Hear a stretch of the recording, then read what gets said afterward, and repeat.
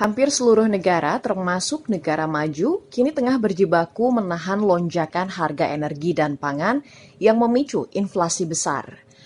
Untuk mencegah Indonesia bernasib serupa, Presiden Joko Widodo pada 3 Agustus mengundang sejumlah ekonom dan perangkat penting lainnya untuk membahas nasib pertumbuhan ekonomi Indonesia ke depannya.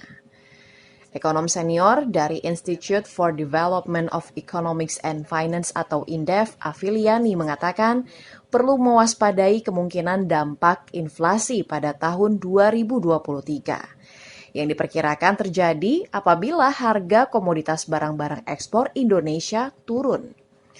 Agar lonjakan harga tidak berakibat fatal terhadap pelemahan konsumsi hingga menurunkan pertumbuhan ekonomi, maka pemerintah disarankan memperpanjang restrukturisasi kredit hingga meningkatkan kebijakan defisit di atas 3% hingga akhir tahun.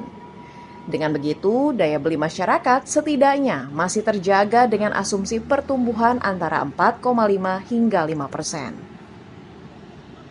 Ke depan itu kan normalisasi kebijakan kan, restru selesai, kemudian yang kedua juga defisit kembali ke 3%. Nah tadi saya juga usulkan, kan ini dalam kondisinya belum normal. Nah kalau belum normal juga kita sebenarnya masih bisa mengusulkan apakah defisit masih di atas 3%, lalu restru juga mungkin masih bisa diperpanjang gitu.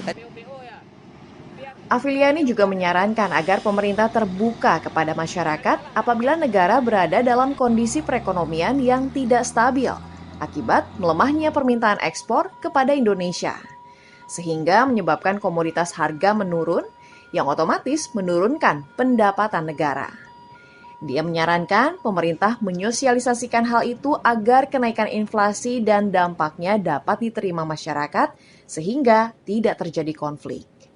Tim Kantor Berita Antara mewartakan.